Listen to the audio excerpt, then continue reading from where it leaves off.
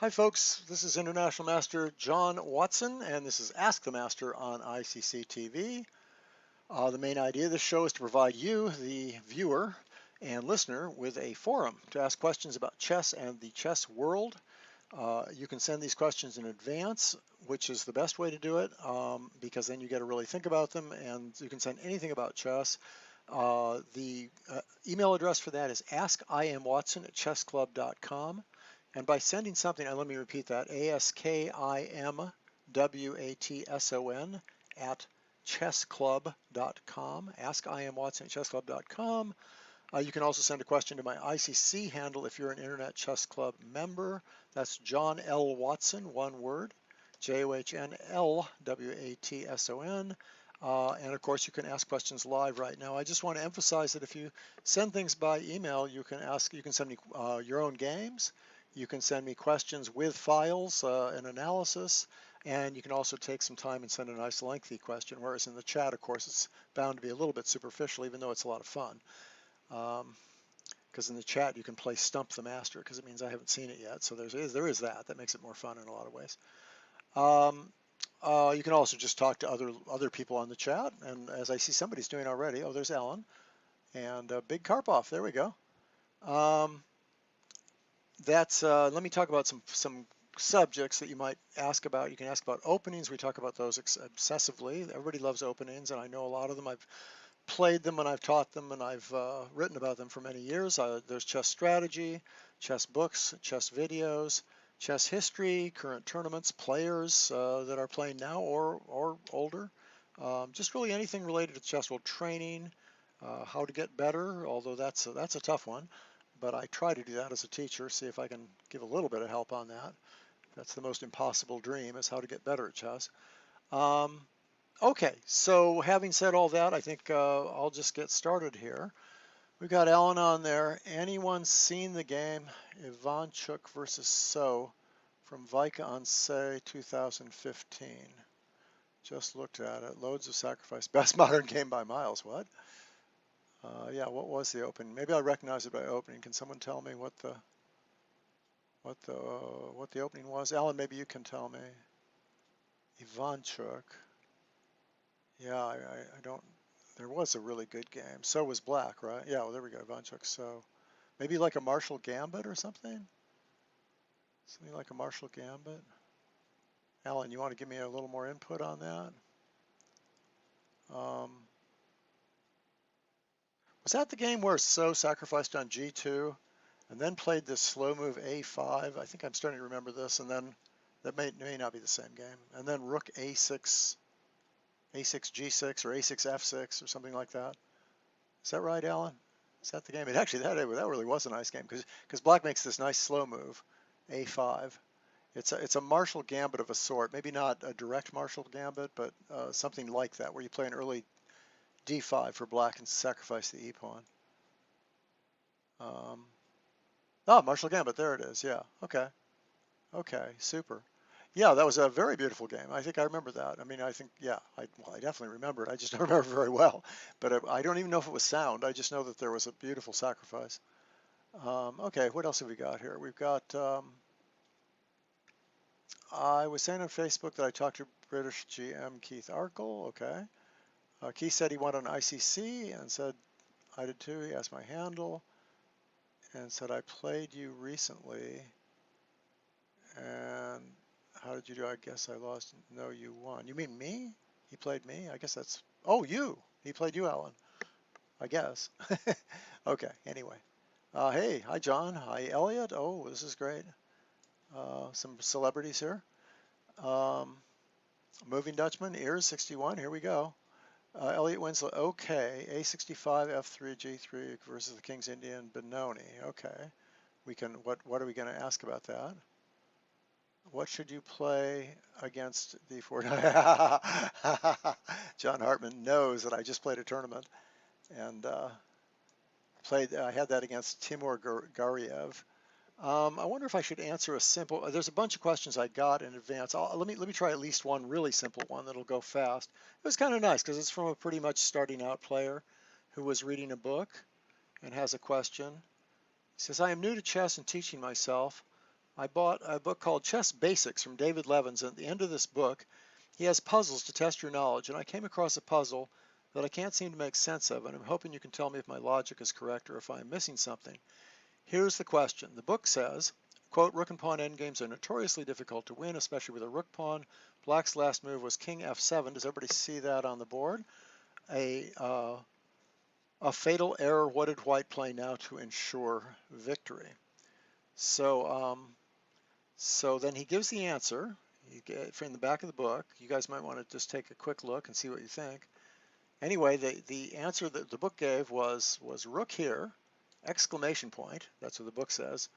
And the idea is he's about to queen. If you move the king, he's going to queen, but if you take it, there's a check, and you pick up the rook and you win. It's a standard tactic. It's great to know. It should be in a beginner's book, that kind of thing.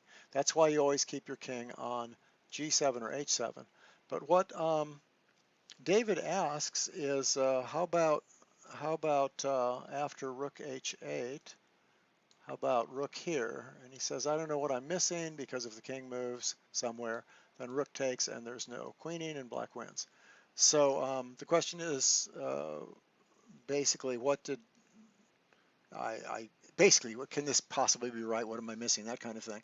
And no, you aren't wrong. Good eye, well done. And I think it's very interesting that people are still writing books about chess without computer checking, because that just refutes the idea. And in fact, the initial position is just drawn. If the king were here, it would be 1, because there'd be no check. If white tries to do something else, just for the record, this kind of position is drawn because the king could try to come over here, but then it just gets checked by the rook. For example, right now the king should rush back, so there's no trick. There's no rook h8 trick. And then if this king starts wandering over, it doesn't really matter what black does. He can goof around for a while. And when the king goes over to support this, you can just start checking from behind. And the king has nowhere to hide. See that? So this game is actually drawn in the initial position. And what the author was trying to do was show that trick with rook here, and he just put the king on an unfortunate square for white. That's kind of cute. I think it's good. It's really, and it also shows, the other reason I want to show it is it shows you're being critical. You're looking at things and asking yourself questions rather than just looking and believing whatever the book tells you. So I think that's really great. Okay, now what else do we have? What should you play? I'm not sure what Ellie's asking a question about A65, but we can talk about that. I guess asking what I think of it, or but we can talk about that in a second. Maybe this one. So anyway, John Hartman asked, what do I think of Bishop G5? Let's just put a board up. Let me just do something. Well, let me put the next game up. That's probably the easiest way to do this. EX85.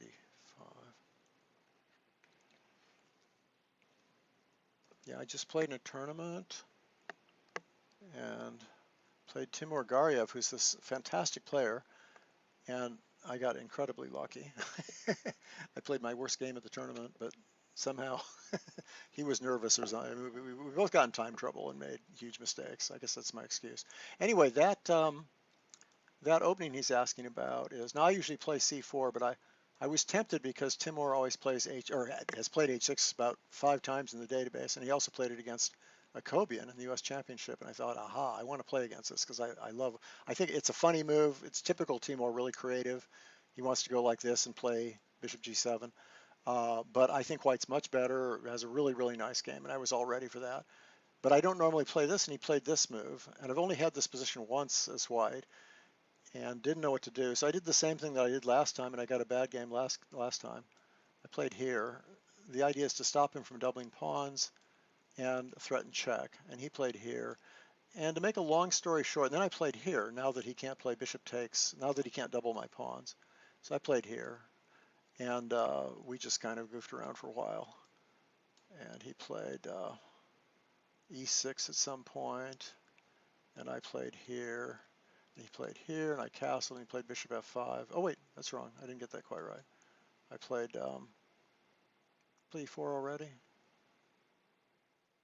No, I can't remember exactly. But anyway, I would not play this again. I'm not thrilled for White at all here.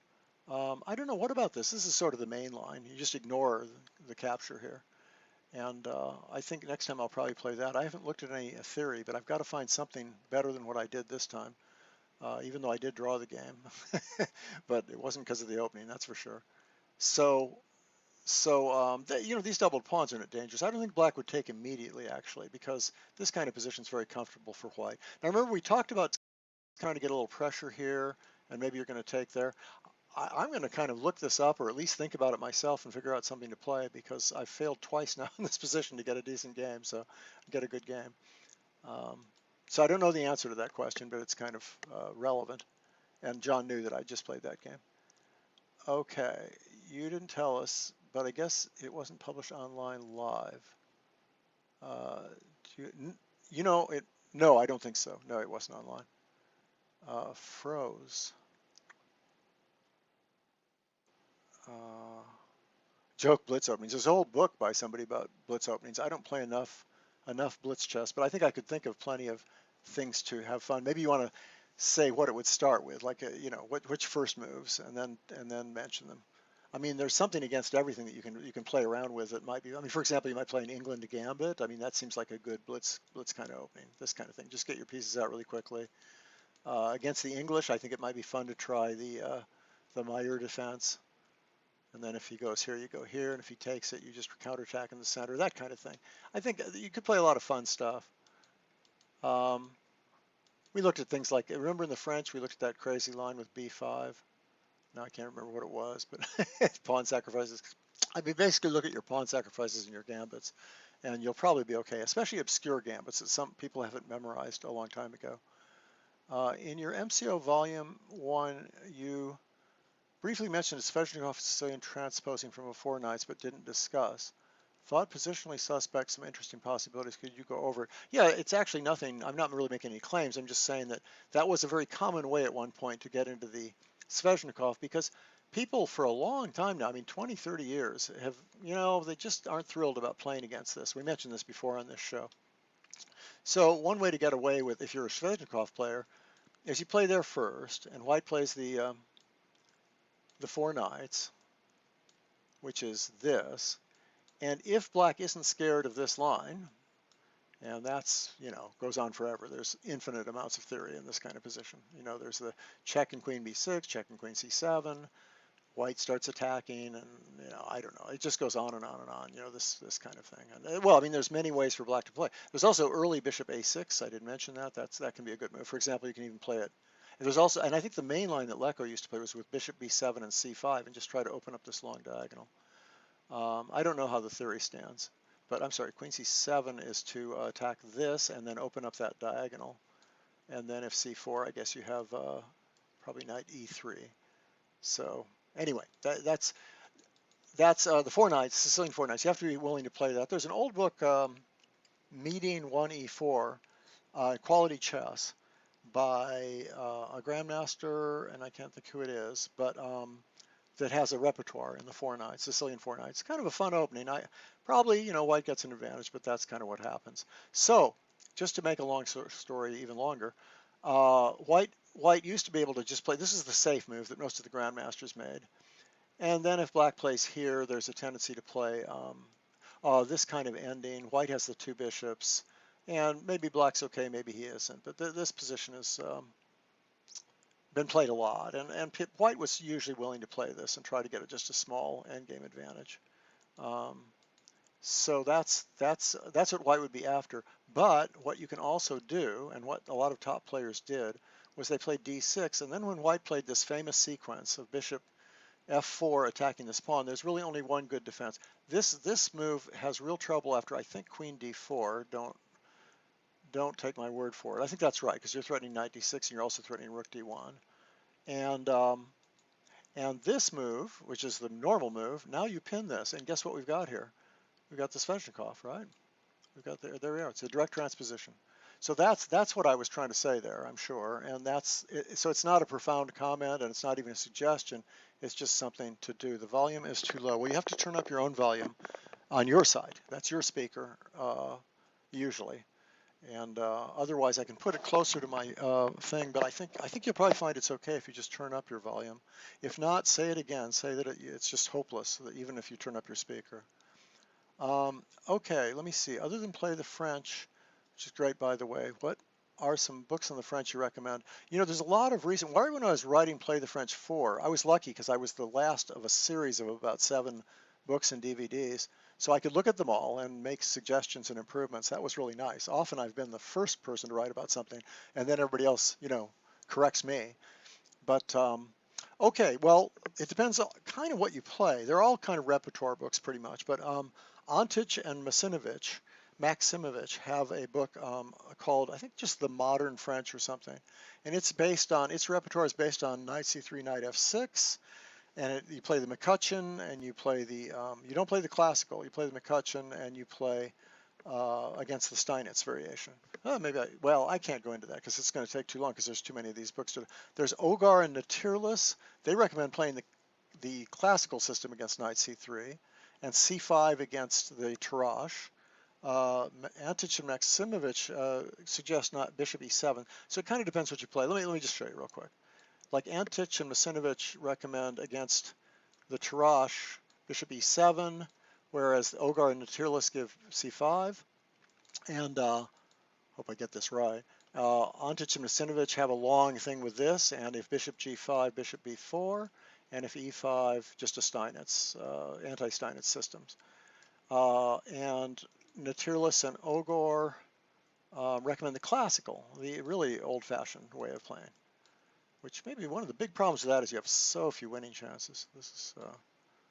And of course, you have to learn the Ilyak and Chittard too. I'm always amazed how many top players actually dare to play this as white, because you aren't going to be a pawn down usually, and your center's getting broken up. But it seems to work pretty well. I write the chess publishing column, and the Ilyak and Chittard is alive and well. Okay, other books. Drawing a blank. This is ridiculous. Maybe John can help me. What are some obvious books that are fairly recent? There's also a bunch of DVDs. There's one by Ziegler. There's one by Kazimzhanov about playing against the French. There's Ziegler, Ari Ziegler with the French. What are some other books? I can't believe it. Tsermi Adanos has a white repertoire against the French. That's a little bit older. There were several books that came out right after I wrote my book. Oh, Emanuel Berg, his 3-volume set on the winnower mainly as his main defense is just a fantastic set of books. 2-volume, I'm sorry, it's just 2 volumes. But it's a magnificent book. Moskalenko, there you go. He's got 2 books on the French, the Wonderful Winnower, and then he's got a more general book on the French, the Someone Help Me? Yeah, they're both excellent. The thing about Moskalenko that's good is that it's a typical case where a really smart, interesting person is writing a book, especially a grandmaster who maybe doesn't have as much time as someone else, that there's actually a fair amount of errors. I mean, if you play his systems, he's awfully optimistic, and you'll find problems with them.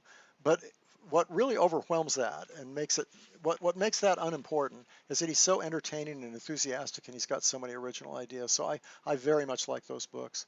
Flexible French, the Flexible French, I remember that now.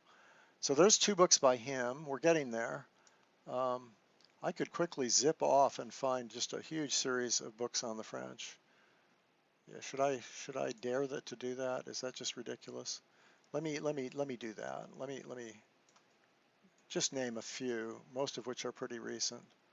Let me see, French. Langrock's French Rubinstein book. We've talked about that already. Stefan Pedersen, that's old. Einhorn, that's a fun book. A rock solid opening repertoire but it's not that new. Ogar Natyrlis, Bariev, that's really old. Berg's books, very good books. The ones I talked about. Emanuel Berg. What are some other ones that have been recent? Daniel King has a nice DVD repertoire, power play repertoire. Maybe not, like most DVDs, kind of superficial, but it happens. Denis Yassiv has a very interesting book about how to play against the French. What you do is against all variations, you play main variations, you play c3, and you don't advance. You don't play d5. You avoid d5. I mean e5. Excuse me. You avoid e5 so black doesn't have his stereotyped attack on the center. Fun book, not totally convincing. Einhorn and Bogdanovich have Chess Explained. That's a little older, but it was a good book by Gambit. I'll hurry with this because I don't want to waste the whole period, but you guys might be interested. There's, you can always write me about this too. You can write at that email address, and and then you can, let me see what else we have here. And I'll tell you more about these books and how to find them and what they are. So just feel free to use that Ask Ian Watson at chessclub.com. Oh, most of these are kind of older. Kinderman's famous Französisches Wiener, the Winnower Poison Pawn line, beautiful book. That's funny. I don't see anything real recent. I know there've been a bunch of them. The two Moskalenko books, very good point. Neji's, part of his GM repertoire is the first, I think it's the first volume. It's 1E4 against the French, Caracan and Philidor. He's got a lot of stuff for white. Vitugiov, yeah, there you go. So that came off at almost the same time. Vitugiov was an incredibly strong player. It's called The French Defense, a complete black repertoire. That's Nikita Vitugiov. These are all good books. I mean, it's amazing how many good books there are. Of course, mine's the best. You should get mine, of course, but obviously. What else do we have? Pajo Vallejo did a video series, and also, yeah, a video series, I think, for Chess24. French is an amazing opening, and people love writing about it. Anyway, that's a start. Sorry, that's just was a little aside. What else do we have? I'm going to study it more. Yeah, the Bishop C1 line is fun. That's fun for white. It's much more dangerous than people realize. Thanks, John. Minos book is quite old, but it's fun. 2 volumes of that, by the way. He updated that. Vallejo, yes, for Chess24. That's exactly where he did it, a video. What rot? What rot? Oh, is it me that's doing rot or somebody else? Elliot. I think John's criticizing Elliot. We're getting in a fight here. This is great. He's got an update of the flexible French. I did notice that. Yeah, super. French books. Oh, great topic for me. I'm in love with that. Okay, let me just continue on here with some stuff. I don't think I probably skipped some things. I'll try and scroll back up and see, but I want to keep going with my prepared stuff because there's, as usual, so much of it. Per Eric, who hasn't been around for a while, I hope he comes on, asked me about, used to come on all the time, says, this is from a game with Carlsen that he's using as an example. And this is a more technical question. It's in one of your shows back then you put forth how top players had taken up an interest in playing the Queen's Gambit declined with Bishop E7 on the third move rather than Knight F6. Let me show you what that means. Okay, in this position, Setter's Knight F6, sort of traditional move, but for 60, 70 years now, an awful lot of grandmasters have preferred Bishop E7, maybe even a majority. And then I suggest the Bishop F4 system against that in my book. Then what else do we have here? We have, or in my repertoire, I'm sorry, my ICC repertoires. You notice that avoided an exchange variation relatively more favorable. Yeah, that's the point, because this, it turns out that position has been traditionally difficult for black, or at least a problem. And one way to avoid that is to play Bishop E7 first in the hopes that white will play some other move like this, and then you'll switch to this. And it turns out with the knight on F3, the exchange variation is not, it's very easy for black to play this kind of position. So, well, I shouldn't say that. It's not that easy if white, but white can't play, the Bishop G5 lines aren't as effective. It's hard to play the exchange variation with Bishop G5 anymore. I think we even talked about that on this show once. So anyway, after Knight F6, 5 days before your show, Jan Gustafsson released a video series. He went for the Nimzo Indian in his repertoire instead of the Queen's Gambit declined. He pointed to a single game, indeed a single move, which he based his assessment on for using the Nimzo Indian instead of the Queen's Gambit declined repertoire. And that game was Carlsen Kramnik from the recent Norway tournament. As the novelty came as early as on move 12, so it certainly must be deemed a main line in the Queen's Gambit declined exchange variation. So it's significant to anybody who would embark upon the Queen's Gambit from either side. You'll see that I don't think that's true. But anyway, my question is simple and unsurprising. How should black approach the position after Knight E2? So let me show you this. There's the exchange variation. Carlsen's white against Kramnik. And I talk about this quite a lot in my book, A Strategic Opening Repertoire for White, where I suggest a repertoire with D4. And this is this Bishop F5 move. Now, most people still just don't play this move, either in correspondence or in grandmaster level.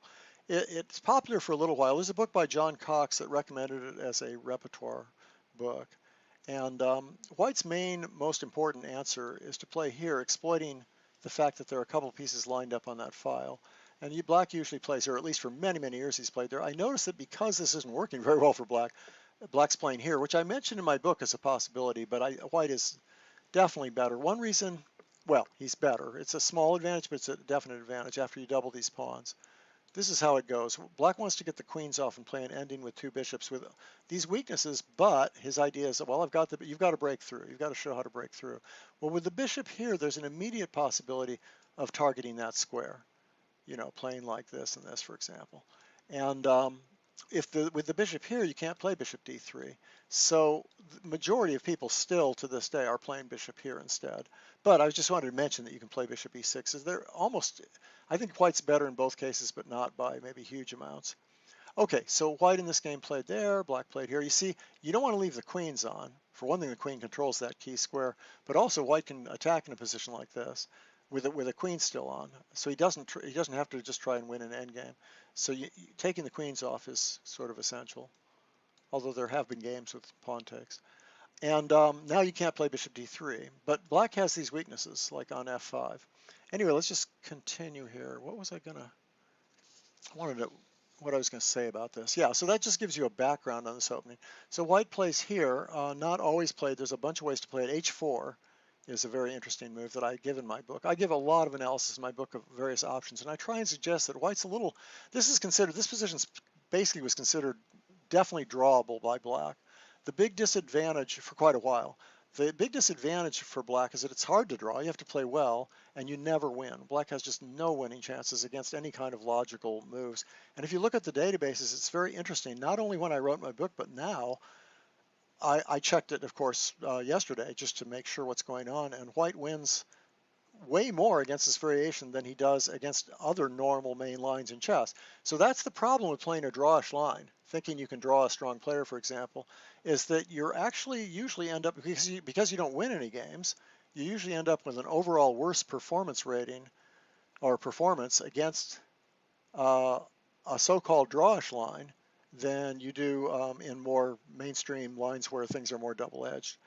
I don't know if that made sense, but it's funny because people kind of go, well, I must be able to get a good result here because I'm drawing a lot of games. The problem is you aren't winning games. Most openings that you play for equality, even if they're a little bit dull, you still have some decent winning chances. And here it just turns out you don't. It's too static. You don't have any pawn breaks. It's just about impossible to make any progress for Black. And in fact, that's what practice shows. Almost no wins for Black, and a surprising number of wins for White.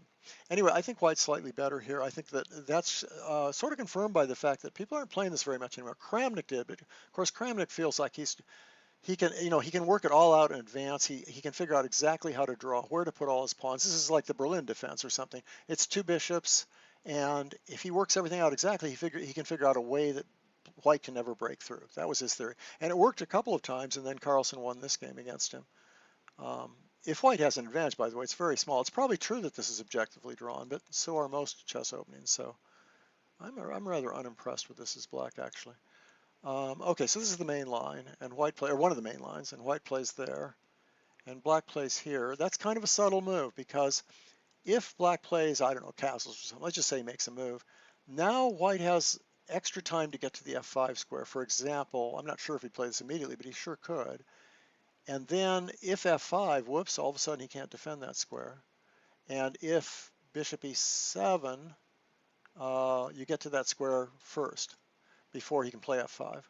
So this bishop e7 move is kind of clever, just to explain that, if you want to play the Black side of this. Because now if I play knight e2, running over to control f5, by the way, that's the Kasparov square. We've talked about that a lot. Even in an endgame, putting a knight on f5, or even another piece, but especially a knight, tends to be worth a lot. And I call it the Kasparov knight because he played it so often. Here the problem is he plays there and he's attacking the knight before we had a chance to attack this square. So Black's fine in this position. Might even be better. Bishops are interesting. You've got to be a little careful not to give them a lot of time. So anyway, Black plays bishop e7. Now I'm going to check the chat because I don't want to do what happened last week and somehow get cut off and not even know about it. Ooh, the Blumenfeld gambit. We can talk about that. That'll be fun. But are people following this so far? I think it's interesting, but for both white and black, it's interesting positionally. A doubled pawns versus the bishop pair. It's just very static though, black's position.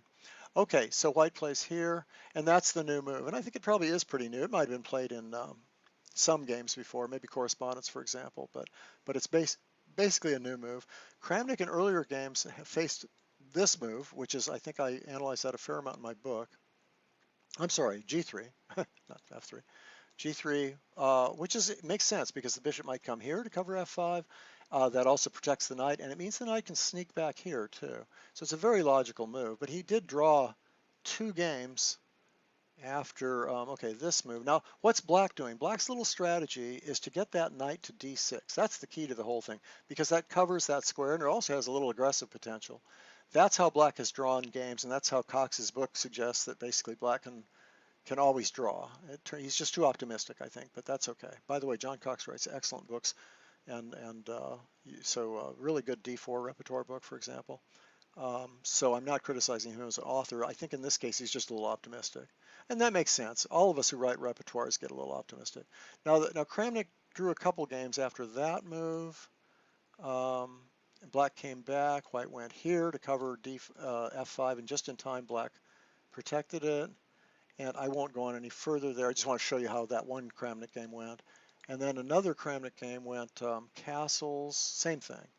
Here, bishop d3, and knight d6. And I just thought I'd show you this for a second. King c2, king d7, getting the king in the center. There's no mating threats or anything like that. So it makes sense to keep the kings in the center. F3, and now the idea might be to play here. Might in some cases to be to play here, but so black finds a solution, which is bishop takes, which is kind of illogical, leaving that even less protected. But it turns out very well. Typical Kramnik, he understands the position and just goes here, and all of a sudden that's a good bishop. So now the bishops are as good as the knights basically. But the main point is there's no plan now. I should have made one more move. I think what happens is he played for yeah, he did. He played h5 with the idea of h4, in which case he might start getting really good counterplay. And white stopped it, which he really didn't need to. He probably shouldn't have. He probably should have just taken equality, maybe moved the king back, because black actually even got the better game, although it was eventually drawn. I'll just stop there. But what I suggested in my book, among many, I give a whole bunch of plans for white just to choose from. I think all slightly better for white and all slight improvements on existing theory. Let me go back. One of the main lines was always to play this move, and after knight c8, let's see if I can do this, to play. Actually, I was going to show you Van Willy Short, because Short played this ending very well, as you might expect. He's very good in these technical simplified positions. Short's good in all positions, but particularly this. Let me just show you how this worked, because black's not worried about covering that square. So he wanted to gain space on the queen side. Makes sense. One of white's plans, I forgot to mention, is to play b4, b5, the minority attack. So if you can eliminate anything he can do on the king side and then eliminate everything he can do on the queen side, you're going to draw. It's just going to be a draw. So let me just show you. I think this stuff's interesting. I hope you guys do too. You can tell me if you're getting bored to death. Rook c1, knight c8. Actually, white won this Van Willy game, but black was just absolutely fine in the opening. He played here, and black, really white couldn't find a good plan to do anything. But later on things got complicated. But I think white should just play here, give up on the f5 square, and by the way, if bishop d6 now, which is what you usually do when that knight's coming here, then I think e4 is very good. After taking, you take with a knight, with a nice doubled attack. And you have knight c5 in a lot of positions, and that's really going to weaken those queenside pawns and just be a very aggressive piece. And also that could be attacked until and black can be forced to defend it. So bishop d6 is natural but doesn't work very well. So knight d6, knight f4, I think. Castles. Now give him a few more weaknesses. h4, force him to play h5. Bishop d3 to sort of lure him. Now you're attacking this a couple of times, and if king g7, you're going to take with the bishop and then check and win material. So he has to take, and you take, and I say, and white's having all the fun. Well, why is he having all the fun? Well, that's a real target. And black hasn't solved any of his problems, and white still has the idea of playing, bringing knights into squares like that, as well as the square here. I think I gave more moves somewhere. I did an analysis of this position, and white always gets interesting play. So I don't know, maybe you're a little interested in that. So the bottom line here is, the question was, how do you play as black in these positions? And as I say, the way to play as black is put a knight on d6 basically and hope for the best. But I think, how should black approach the position after knight e2? Is black best advised to avoid ingesting the poison by choosing a less treacherous path early on? And in that case, what might the option be? So he's saying, should I go into this bishop f5 line at all? And I guess I would say probably no. First of all, you're giving up your winning chances. Most of you guys anyway, you need more practice playing tactics and double-edged positions. I don't think you need too much practice playing a position like this. It's a very sophisticated thing to play. Um, this kind of thing with the queens off.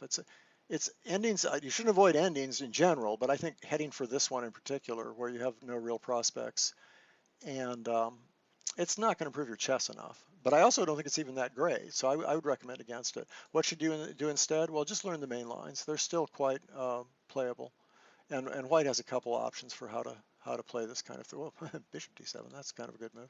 White has a couple options for how to play this kind of position, but so does black actually. So you can put your knight on one of these two squares, and white either can play for f3, e4, or play what I've played a lot. I have a lot of games with this move. And I like to play Karpov's move h3. It's not like h3 is a secret. People know about it now. When I first played it, people didn't know about it much. I mean, they didn't understand it. It's just that I think it's a good move. I think it's objectively a good move. So, okay, is that the answer to that question? Yeah, so let's go back to the chat here. Okay, boy, I got a lot of questions. This is cool. Stump the master, right? What rot? I'll have to go back and see what that was about. We demand an explanation. You all think you are members of the Trump cabinet. Oh, is this really John Thomas? He would not misspell cabinet. Oh. Okay, you guys should read this chat. It's a fun little exchange between two very strong players. Are those new glasses? Those are new glasses because I broke the old ones. They're actually older glasses. I use them for chess. They're actually on a chess thing. They aren't as good with the computer. They're not, but they're the right distance for chess. I actually I went and got it made because I was having trouble seeing the pieces over the board. Yeah, I kind of like them styling wise, but they're not real good with the computer. Anyway, I broke my old ones. I have to fix them. My old computer glasses. Okay, thanks for asking, by the way. What is the Blumenfeld gambit and is it good? Okay, well, I think we've talked about it a little bit. The Blumenfeld gambit, okay, here's your basic e6 defense, Indian kind of defense, where you're thinking about playing something like the Nimzo Indian or the Queen's Indian, or maybe you're going to transpose back into a Queen's Gambit declined, for example. In this position, a lot of people play that, or the Benoni. But originally, the main idea of these two moves was to play a Queen's Indian defense. That's what Nimzovich came up with, or maybe a Bogo Indian defense, okay? So, but once you commit white to knight f3, now white doesn't have to play knight f3. White can play knight c3, but then you're probably happy with the Nimzo Indian. It's hard to play against the Nimzo Indian, basically, even though it's fine and fun. But you need to know your stuff. So a lot of players as white try and avoid the Nimzo Indian. They play knight f3, and then you get the Blumenfeld gambit, which is c5, d5. Now that's like a Benoni, and it could be a normal Benoni if you took here and then played here. And then the modern Benoni is to play here and go like that. So that's an option. You don't have to play the Blumenfeld. But the Blumenfeld is sacrificing a pawn, as played by Alekhine against Tarrasch a million years ago. It's tremendously fun. And there are books about it. Prisoner Noriak, whatever his name is, wrote one many years ago. But there have been some recent ones too. There's a DVD on. I think Nigel Davies just wrote one. Actually, it's a very recent thing, DVD I think on the Blumenfeld. But I don't think it mentions the line that I think is really cool against the Blumenfeld, and that is, see if I get this right. That is, I think e4 is really a cool move. I think it even gives white a forced small advantage. It's not my idea, by the way. It's not like I'm being really original, but it's kind of recent. I mean, if you look at the books, there's almost no analysis of this at all. And the idea is you're just going to gain tons of time on that knight, and then you're going to take. So it's kind of a funny position. I'm sorry, you take. No, that's right. Yeah. So if he goes here, you take here, and it's just too slow for him to try and grab pawns in the center because you're starting to get the rook over. And you have a lot of tricks based on putting your bishop there. So let me see if I can illustrate that. Famous last words. Let's say rook over, which threatens something like bishop g5, just ruining black's position. And if here's what you do. You give up a piece, and you're not trying to checkmate him. You're using the fact that the knight can't come to c, well, it can come to c6, but that gives back the piece. And if you look at this for a while, you'll see that white's much better here. It's just a great position. You're going to get your material back, but you're also going to, there's all kinds of things hanging, and the knight's badly placed, and this bishop's really active, and the king is exposed. So it's really kind of a cool line. Now that's, of course, he doesn't have to play knight there, and he doesn't have to take that pawn. I could go into a lot of detail if I could remember it, but what's the other idea? The other idea is if he goes there, I believe you just castle, and if he tries to sort of like just develop and get out of the way, now he's got to watch out with this because a lot of times there's a d6 move. If he tries to play a move like that, you play knight here, and if he starts attacking this, all of a sudden you play knight e4, and all of a sudden black gets in a lot of trouble. This is a lot of development. White has 3 extra pieces out, and he's got pressure on the e file, and he might play bishop g5 or f4. And I think you'll find this is a difficult position for, even though it looks very solid for black, and he is a pawn ahead, I think this could be a lot of fun to play as white. And I think white's quite a bit better. Well, anyway, you got the basic idea. So that's my suggestion for white. Now for black, I've never really thought about it that much. I also have other suggestions for white, but because I've had to play against it as white, but I haven't played against it as black much. So, but that would be, I'd say that that's a problem, that line. You might want to look at that. And that otherwise, it's fairly, it seems like it's fairly playable. You might want to look up, is it in Avrak? So look up books that make suggestions for white and see, and then compare them with ones for black.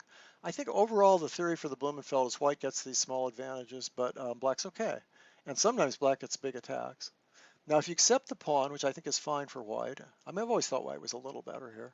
There's a lot of plans. I think I showed you guys one of them, which had to do with this e4 move. That's the more modern move. d5's played a lot too. And one of your ideas is to play something like this. Give back the pawn to break up the center, and if he plays here, you go here. And now I think in the books there are ways for black to play that aren't that bad, but this is a very dangerous line. White can get a lot of big positional advantage.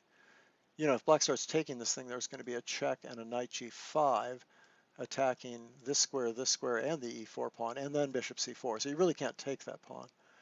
And I think if you look at the books, they'll try to claim black's okay in this position, but it's still a real interesting line. And if you can't play bishop b7 because of that, there's still a lot of ways for white to play it. This is a natural move. And you can still think about playing that move and here. And the idea there, I think, is that if he plays d4, you play knight a4. Okay, anyway. So just study it, basically. You need to get a book or a resource, use a database. And don't expect to get, don't expect to be equal against everything. Hi, Perik. So you saw it. That's great. That's really great. Did you win, Alan? No, I overpushed. I missed that. What a pity. It's great you guys are talking with each other. I really love this. I love the chat. John Thomas, Larry C. mentioned it, E4 in some analysis. Okay, I didn't know that. That's a very Larry Christensen move. If there's ever been a Larry Christensen move, that's a Larry Christensen move. He didn't fall for the trick. So this is Alan playing a very good player. It wasn't Gary. What do you think about Gary coming back to play chess, blitz in St. Louis? I think it's wonderful. I think it's great. And I think he'll do fine.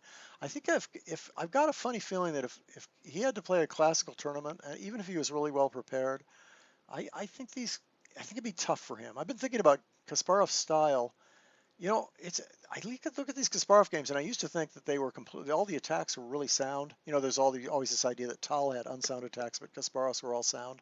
And of course, some of them were, but the ones he prepared, especially out of the opening and stuff. But he was really a really enterprising speculative player sometimes. I really admire him even more than I realized in some ways, because he took a lot of chances and tended to succeed. In fact, one of those games, I was going to show you a game. Oh yeah, because of John Thomas's question about the initiative, I was going to show you a Kasparov game where he beat Gligorich, and it's just really amazing the chances he took. The problem with that is I think these guys are so solid, that if you give him a pawn and just try to get an attack, I think he'd struggle a little bit. I think in blitz he's going to do great because he is a genius, and I'm sure he'll practice, and I don't think he'll win, but he could.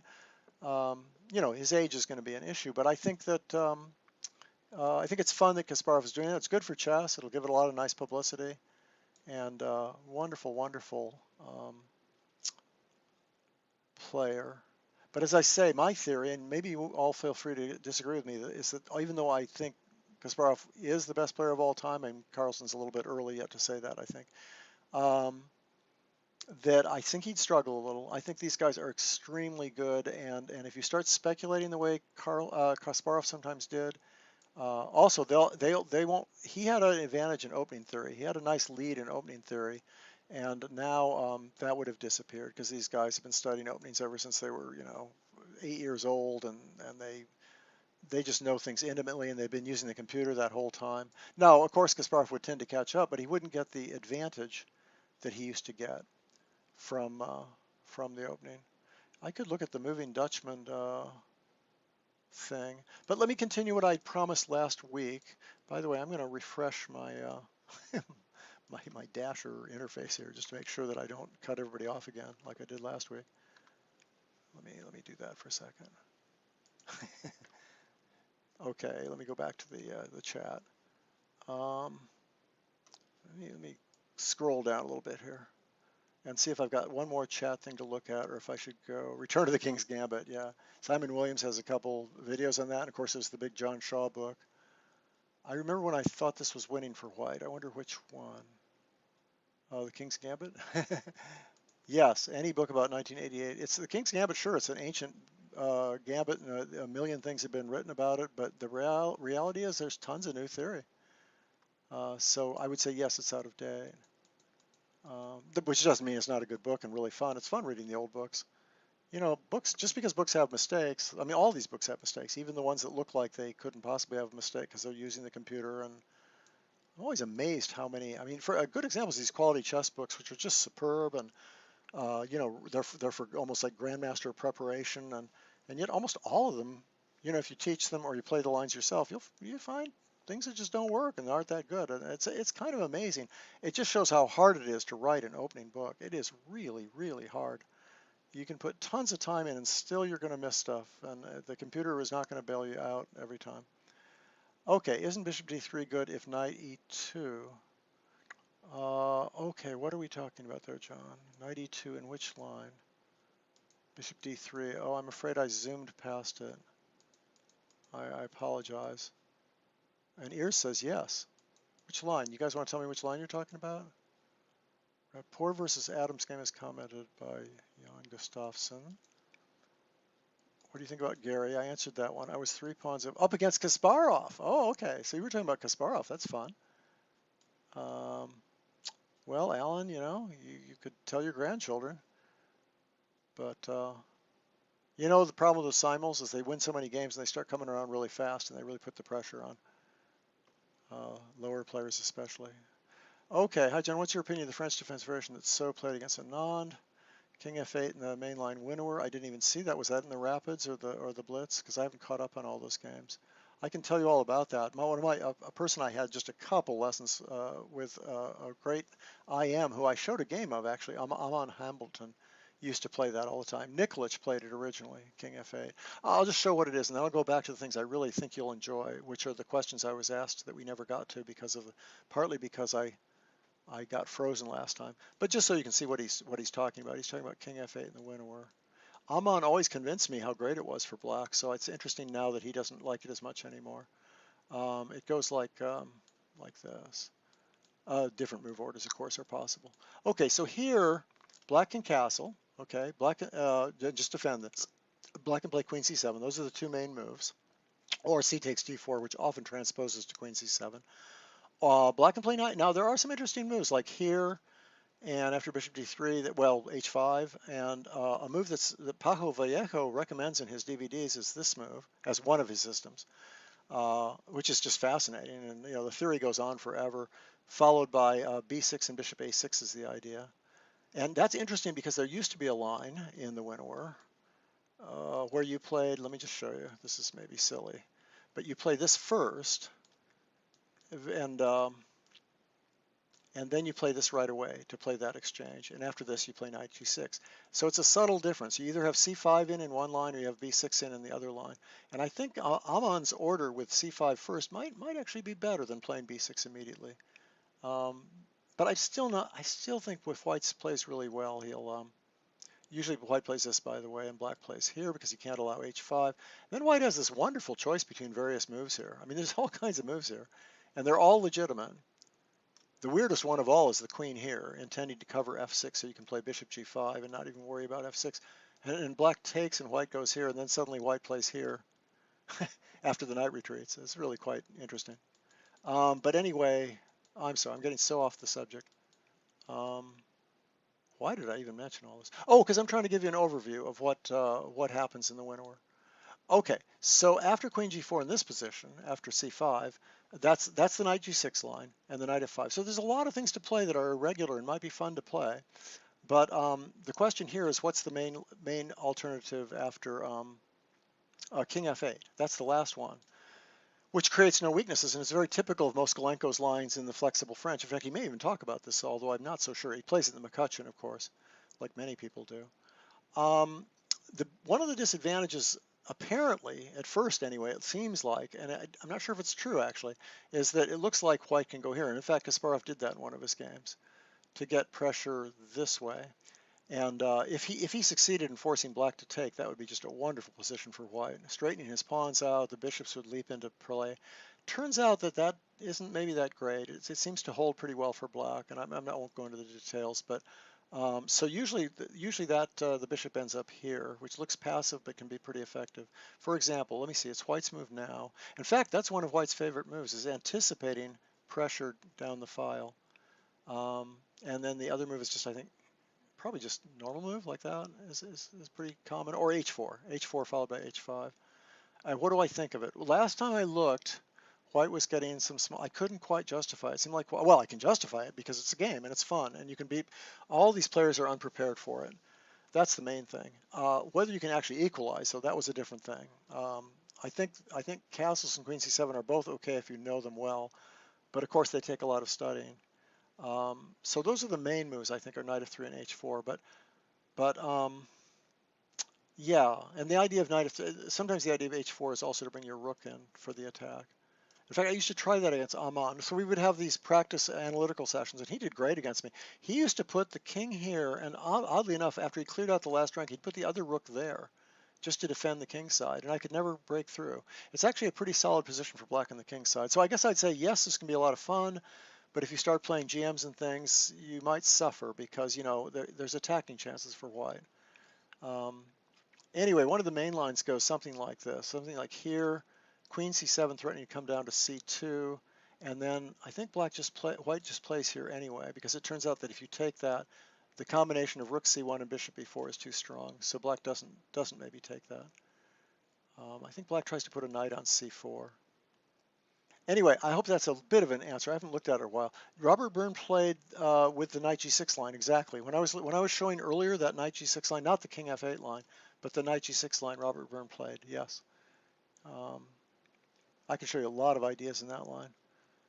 It was in one of the rapid games. Okay, so it's in a slow for them. For these guys, that's like a slow game. For me, that's way too fast. That's like a blitz game. My mind doesn't move that fast. But that means it was a serious game and a game where you probably find some very good moves being made. Okay, what is the, oh, I'm sorry. Now, so let me show you some things. You remember I was showing you that thing when I got cut off about the F3 Samish variation.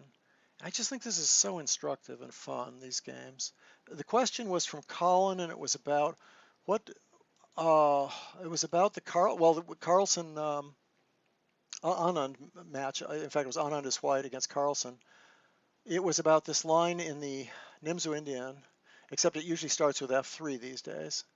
And that's an important difference that I tried to explain last time, but I don't think you had the video, unfortunately. The difference here, well, this is a funny order to get to the position. So I'll talk about the actual order later. This is actually a completely strange way to get to this.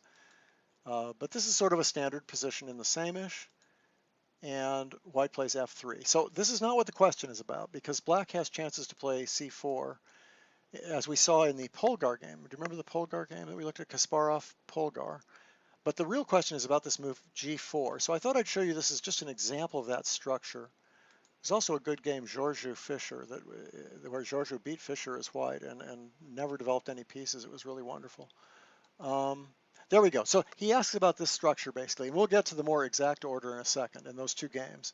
But I think, what do I think of Cheslife's homage? You know, I didn't get much of a chance to read it. If you're interested in Arthur Bisgeier, I have that interview with him in ICC, if you're an ICC member.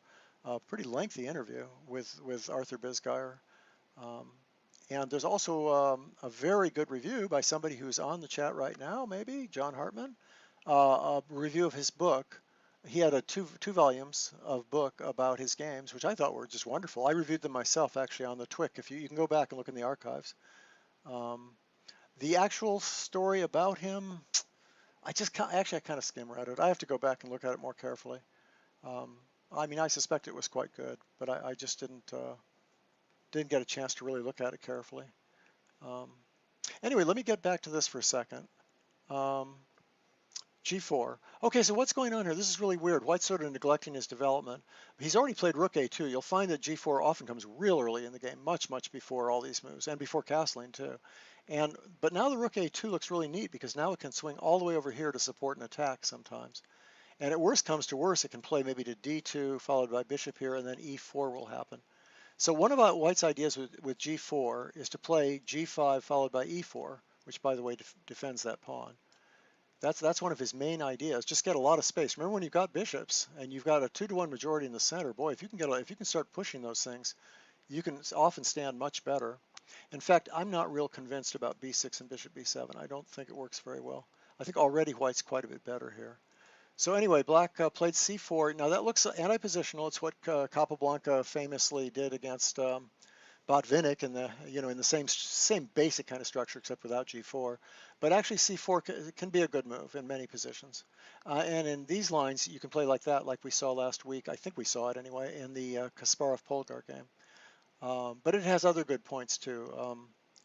But anyway, because sometimes you can actually advance on the queen side, like Carlsen did. You can just play for B4, like Carlsen did against Anand, and of course won the game. Okay, so let's just keep going here. But this is a little slow. So now he's going in here and trying to eliminate this bishop. But notice he's going away from the center, and that this bishop is a passive piece. And White's all of a sudden starting to come in on these squares. G5 is a problem. E4 is supported by the knight. So let's just keep going here. Okay, Black goes in to eliminate this. And what you find in this line is that normally the elimination of that bishop would be a huge advantage for Black. But White has done so many good things that it doesn't make as much difference anymore. Okay, I guess there's nowhere else. Oh, that's another function of the knight. Is often knight h5 is a good move, but he can't play it now. And there he goes, breaking into the center. Now, isn't this wonderful? This is chess. You have to know how to play these kinds of positions. Very good Cronus ICC. Yeah, because the rook can go over to G2. The book review column of Bisgeier was inspired. That's John Hartman. He wrote, I forgot to mention, it's John Hartman, who's on this chat right now, wrote the book review, and it's excellent. I love this old players, of course, because I'm an old person and I'm an American, and I remember all the old American players. And I played Bisgeier and beat him once. Did I only play him once? I think we maybe drew. Oh, we drew another game, too. Actually, it was one of my favorite games. One of the ones. Maybe I should show it. It was a great game. King's Indian. Yeah, I was really proud of that game. Okay, what are we doing here now? We're defending the G pawn. Okay, so the problem is, okay, Black's got some pieces off, but he's cramped. And the center's falling apart. There's even a chance of playing E5, F4, F5. So Black starts attacking on the queen side, but he's just a little slow. Normally this would be a pretty good plan, but it's taken too long. He also wants to put the rook over here for defensive purposes. Always a handy thing to do. Spassky played that idea, rook A6 in quite a few games. Okay, now we have, okay, so he switches plans. Now, any sane person would probably play like this and just try to win that way. That's probably what I would do.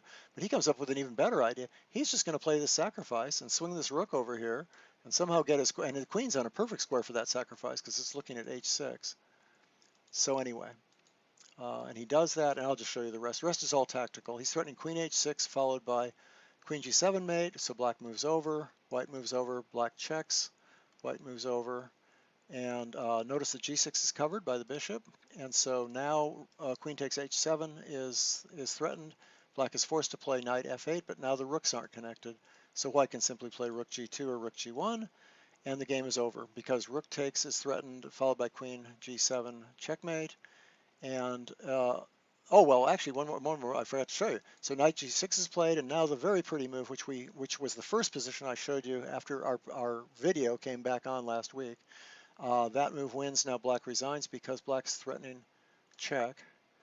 White's threatening check followed by rook h8 mate, a tactic you should all know.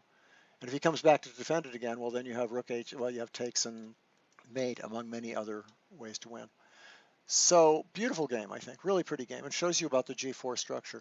I'd like to continue with this. I know I'm using a bunch of time with it, but I think let's try and catch a little bit more, because the question was asked in the two games were asked about were Kasparov Polgar, which I showed you the beginning of last week, and Anand Carlsen. So let's at least look at Anand Carlsen, if that's okay. I think maybe it's just because I'm excited about it, but I think these are really instructive positions, because the knights look really good and black's really well centralized. And in fact, these positions are okay for black, but they're hard to play, and it shows you what white's potential is. So here's that same line. Now that's more common what Anand does. At least the position we arrive at, the key position that Colin was asking about, comes from this order more often than it does from E3.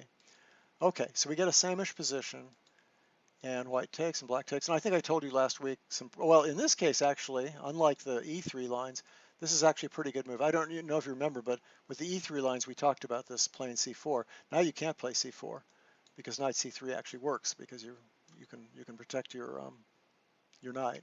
Whereas last time there was a pawn here. I don't know if you remember me showing you that, but anyway. So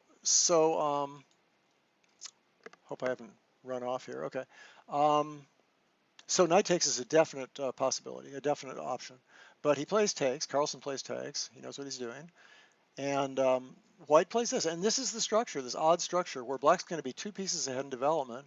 And white's got a weakness on e3. Now, he does have a central majority, but it's kind of an amazing position because white's main advantage is the 2 bishops. And look what happens in this game. It's really kind of cute. C4, which is also what Polgar played. I remember I was at the Polgar, the tournament, and I thought C4 must be horrible, especially against Kasparov, who loves playing E4, E5, and G4, G5, and things like that. But actually, it's quite a legitimate move. It stops bishop D3, which is really where the bishop wants to be, but it also prepares the rather slow-looking here, getting rid of one of white's attacking pieces. So it's kind of amazing that this works. So white plays knight E2. Am I going to go into any detail here?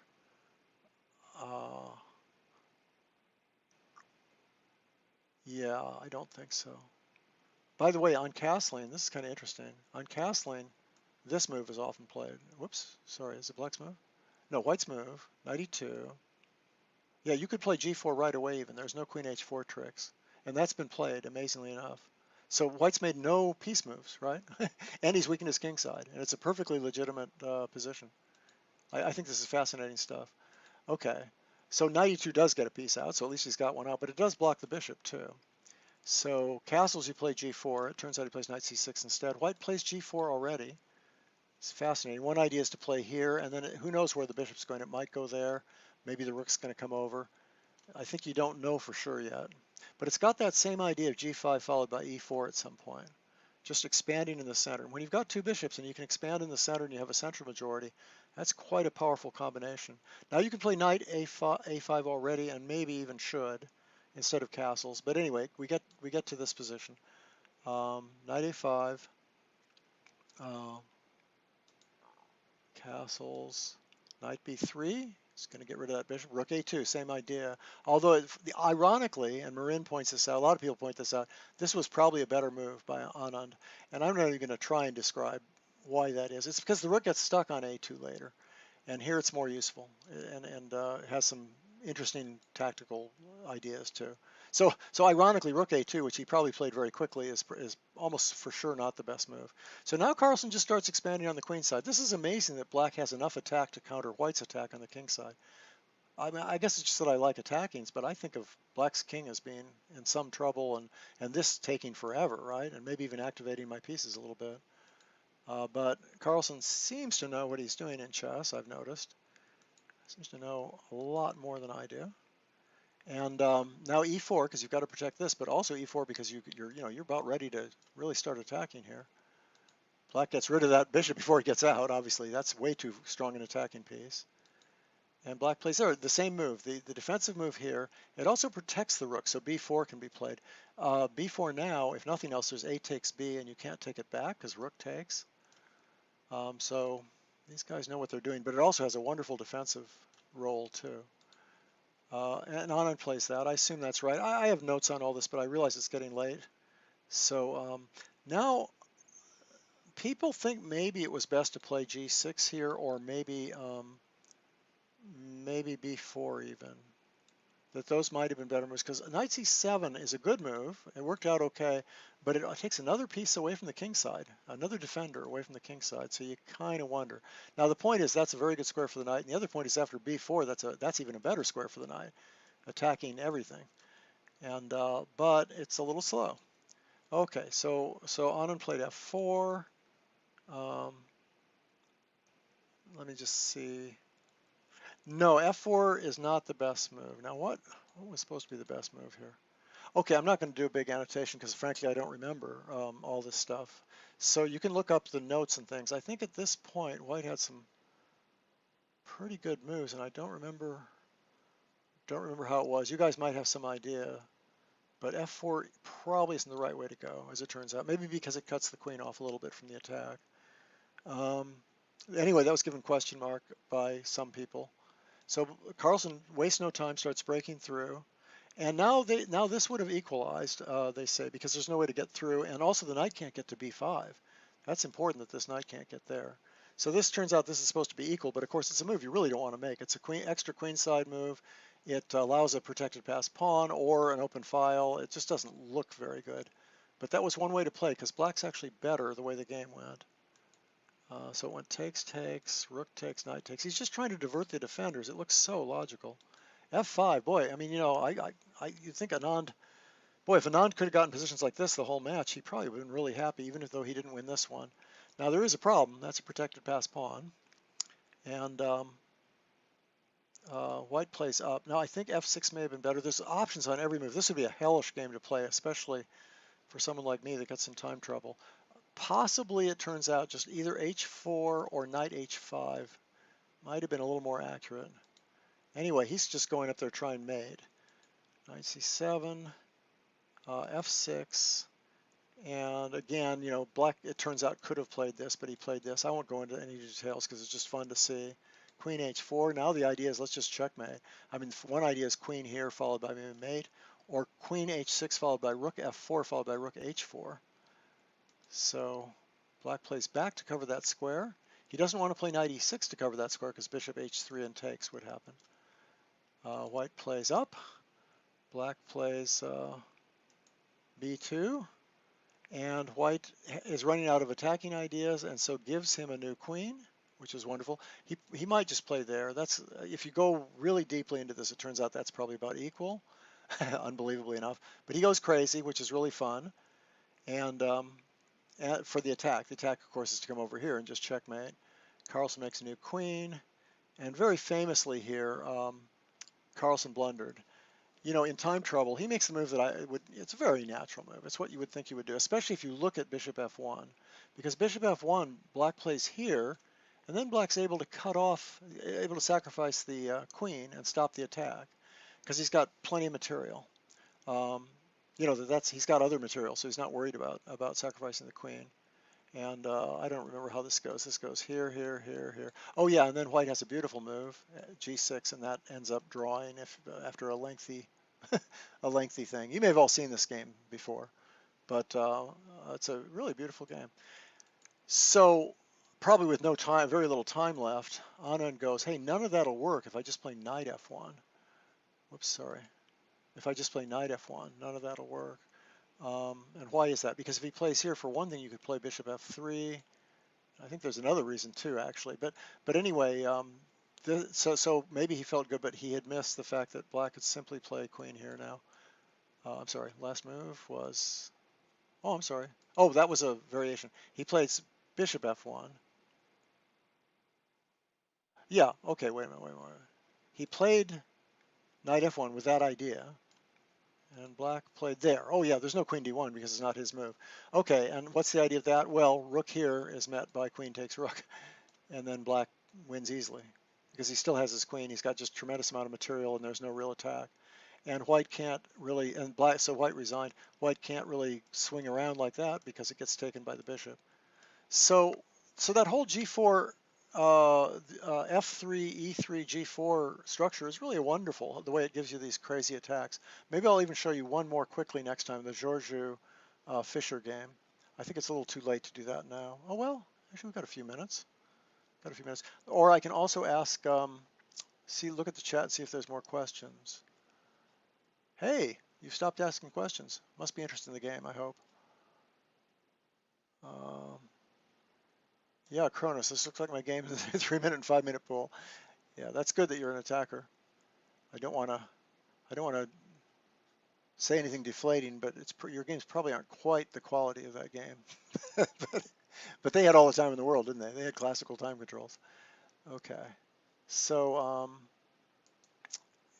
should I go back up? Is there something I didn't answer that was important, or that you're really interested in? I'll look at the chat next week. I'll copy this, and if there's something really interesting or something that I skipped, I will try to address it next week. So let's do it. Last thing, let's do it real quickly. Go through the Georgiou Fischer game. It's such a great game. Let me. What is that game? There is that problem that I don't know. Oh, I don't have my notes to it. Oh, that's too bad. But who needs notes, right? Because we're basically just impressionistically getting this. And this, again, is not that exact variation. The variation we just looked at, which is what Colin asked about, was both Kasparov, Polgar, and Anand Carlsen. That was the exact position. These are more impressionistic ideas about the F3 structure. So here's your Nimzo Indian again. Fischer's black, and it's F3 again. So we'll get there for the same reason. We'll get to the same position for that reason. There it is again. The only difference is he hasn't played C5 yet. So you've got that structure, and you're ready to play bishop d3 followed by g4, that kind of thing. So black didn't have a chance to play c5, but what he did have a chance to play is threaten queen h4 check. So it makes sense. White plays there. What's the idea? The idea is now he's controlling that square. So actually I don't, oh, well, I don't know. I shouldn't give a bunch of analysis, but I think one idea is that if you can get a 2-bishop ending with more space, you probably just play queen f2. You don't goof around with anything more exotic. The problem is you don't want to go into endings against 2 bishops, especially when there's a central majority and space. But that's where development really doesn't matter. Black wants to use his development. So he plays there, good move, and it has maybe this idea sometimes. In fact, I think that's what he played. Yeah, and Georgiou plays g4. Imagine the guts to play this move. I mean, I just think this is amazing to throw out these pawns that early when you have 0 pieces developed. This is quite amazing, but it tells you something about the structure. And then another pawn move. He just keeps moving pawns. And the only piece he has out is the queen, when, as you know, queens can be subject to attack. Queens aren't always that good to have out that early. So I'm very excited about this. Black's already castled. He's got his rook on e8. And now he attacks the center, and that queen is indirectly exposed down the file. King move, another non-developing move. He doesn't move it. First he moves all his pawns, then he moves his king. That threatens the knight, right? It's a form of castling. Knight comes back, and finally white gets a piece out. And I don't have notes on this. I'll just keep going. But actually, I think white stands pretty decently here. It's a wonderful, wonderful idea. Now of course, the bishop doesn't have a retreat after c4, but it can go forward. It can either take this or go to f5, and f5 is a pretty good square. And speaking of f5, that knight might be looking at that square next. And of course, the other thing that white's doing is thinking about trying to get e4 in eventually. He might play for e4 too. Okay, black just keeps developing, very classical chess and very logical. And white makes another pawn move. I mean, you just think he would, get a piece out. Maybe think about getting that bishop over here, or get the rook over and play e4. This is just an amazing, especially on this high a level when you're playing someone, halfway decent. It takes a lot of guts to play this way. I keep looking for my notes. I don't have them. So he just goes ahead and attacks. He's got a lot of space, and then he just keeps attacking and opening lines, even though this rook is not collaborating and this bishop's not collaborating. He just attacks directly. And black tries to close the position. That's what you usually do against an attack. I think it turns out that no matter what he does, he might be a little worse, but I don't know if these are the right moves. I just don't know. They may not be.